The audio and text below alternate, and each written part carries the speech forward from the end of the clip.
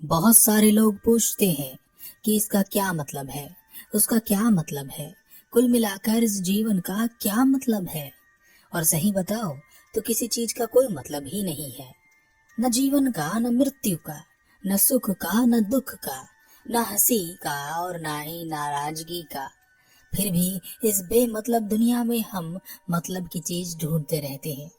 ध्यान भी हम मतलब के लिए ही करते हैं कि कुछ मतलब की चीज नजर आए। आपको पता है, अंत में यही समझ में आता है कि किसी चीज का कोई मतलब नहीं है। और जब मतलब नहीं रहता तब जाकर हमारे सामने वह प्रकट होता है जिसकी खोज हम जीवन भर करते करते घूमते रहते हैं। और जिसे खोजने के चक्कर में हम ना जाने क्या क्या खोजते रहते हैं। और चाहे हम जीवन में कुछ भी पालें, हमारी प्यास नहीं मिटेगी, परंतु उस एक को पाकर सारे मतलब खत्म हो जाते हैं। हम ध्यान करते हैं, वर्षों तक ध्यान करते हैं, पर तब तक हमारा ध्यान फलीभूत नहीं होता जब तक हमारा ध्यान मतलब की डोर से बंधा रहता है। और जिस दिन यह मतलब की डोर टूट जाती है, उस दिन हम अपने अंतर में उतर जाते हैं। और हमारे अंतर में हमें कौन मिलता है? वहाँ हम खुद से मिलते हैं। एक कहानी है, बहुत पुरानी है, आपने पहले भी सुनी होगी। रचयिता यानी भगवान यानी ईश्वर सृष्टि का निर्माण कर रहा था। जब वह सब कुछ बना चुका, तब आखिर में उसने सोचा कि कुछ ऐसा बनाया जाए जो बिल्कुल उसके जैसा हो। तब ईश्वर ने इंसान को बनाने का निर्णय किया। और जब वह इंसान को बना चुका तो उसे धरती पर छोड़ दिया।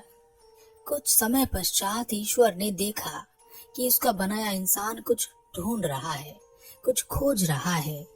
ईश्वर ने इंसान को भोगने के लिए जो चीज दी थी, उन सब का आनंद वह नहीं ले रहा, बल्कि हमेशा कुछ न कुछ खोज रहा है। और वही स्थिति आज के इंसान की भी है। आज भी इंसान कुछ खोज रहा है। क्या खोज रहा है? कुछ पता नहीं, बस वह खोजता रहता है। और इस खोज में वह क्या क्या इकट्ठा कर लेता है उसे भी नहीं पता।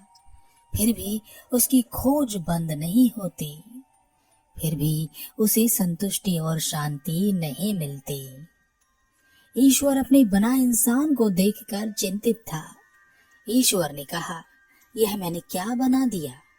यह सुनते ही ईश्वर के सहयोगी ईश्वर के पास आए और उन्होंने कहा, आप इतने चिंतित क्यों हैं? ईश्वर ने कहा, यह जो इंसान मैंने बनाया है कुछ खोज रहा है, और मैं जानता हूँ कि यह एक दिन खोजता खोजता मुझ तक पहुंच ही जाएगा। सहयोगी ने कहा, मालिक, इसमें दिक्कत क्या है अगर वह आप तक पहुंच जाता है? ईश्वर ने कहा, तुम इंसान को नहीं जानते हो, यह बहुत चालाक है।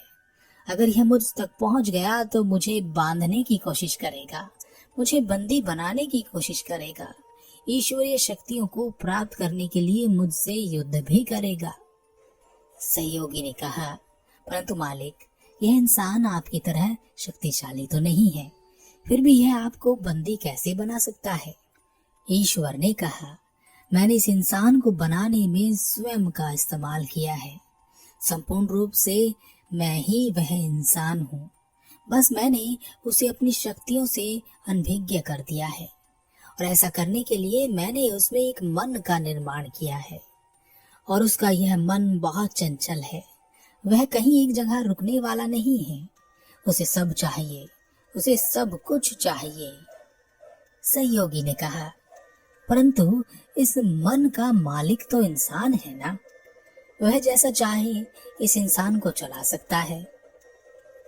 ईश्वर ने कहा, नहीं, इंसान अपनी शक्तियों से अनभिज्ञ है और इसका एकमात्र कारण उसके मन का उस पर नियंत्रण करना है। परंतु फिर भी मेरे ईश्वरीयांश के कारण वह हमेशा मन पर नियंत्रण करने की कोशिश करता रहता है, करता रहेगा। सहयोगी ने कहा, मालिक, अगर कभी इंसान ने अपने मन पर नियंत्रण कर लिया तब क्या होगा? ईश्वर ने कहा, मैंने इसके मन को ऐसा बनाया है कि इस मन को जितना नियंत्रित किया जाएगा, यह मन उतना ही शक्तिशाली होता चला जाएगा। इसलिए जो भी इंसान मन पर नियंत्रण करने की कोशिश करेगा वह कभी सफल नहीं हो सकेगा। इसको जबरदस्ती नियंत्रित नहीं किया जा सकता, इसको परिवर्तित किया जा सकता है। जो इंसान मन को नियंत्रण करने की जगह उसको परिवर्तित करने पर ध्यान देगा, मन उसका दास हो जाएगा और अंत में अपनी शक्तियां खो बैठेगा, और तब इंसान अपनी ईश्वरीय शक्तियों से परिचित होगा। सहयोगी ने कहा, क्या यह सौभाग्य मुझे प्राप्त नहीं होगा? ईश्वर ने कहा, हाँ, हो सकता है। मैंने ऐसी व्यवस्था की है, पर उसके लिए तुम्हें अपना अमर जीवन छोड़ना होगा, धरती पर जन्म लेना होगा, एक यात्रा करनी होगी, बार बार मरना होगा, मृत्यु को प्राप्त करना होगा, फिर जन्म लेना होगा, जब तक कि तुम स्वयं की खुद की समझ से खुद के मन के पार नहीं हो जाओगे। सहयोगी ने कहा, मालिक, अगर यह मनुष्य अपनी ईश्वरीय शक्तियों को जगा पाया तब क्या होगा? ईश्वर ने कहा, कुछ नहीं, उसकी यात्रा रुक जाएगी, वह स्वयं मैं हो जाऊंगा, हम एक हो जाएंगे। सहयोगी ने कहा, मालिक, तब क्या समस्या है जो आप इतने विचार कर रहे हैं? ईश्वर ने कहा, यह इंसान बहुत खोजी है और एक न एक दिन यह मुझे खोजते खोजते मुझ तक पहुंच ही जाएगा, और मैं नहीं चाहता कि यह अपने मन को परिवर्तित किए बिना मुझ तक पहुंचे। तब यह सब कुछ खराब कर देगा, यह मुझसे ही युद्ध करने लगेगा, मुझे ही परास्त करने के तरीके खोजने लगेगा। सहयोगी ने कहा, तब मालिक, आप एक काम करें, आप हिमालय में जाकर छिप जाएं। ईश्वर ने कहा, तुम इंसान को नहीं जानते, वह मुझे वहां भी खोज लेगा। सहयोगी ने कहा, तब आप दूर तारों में छिप जाएं। ईश्वर ने कहा, तुमने अभी तक नहीं जाना, इसकी पहुंच से कुछ भी दूर नहीं है, थोड़ा समय लगेगा पर यह वहां भी पहुंच जाएगा। सहयोगी ने कहा, मालिक, फिर तो एक ही जगह है जहां आप छिप सकते हैं और यह वहां नहीं पहुंच सकेगा। ईश्वर ने कहा, कहाँ?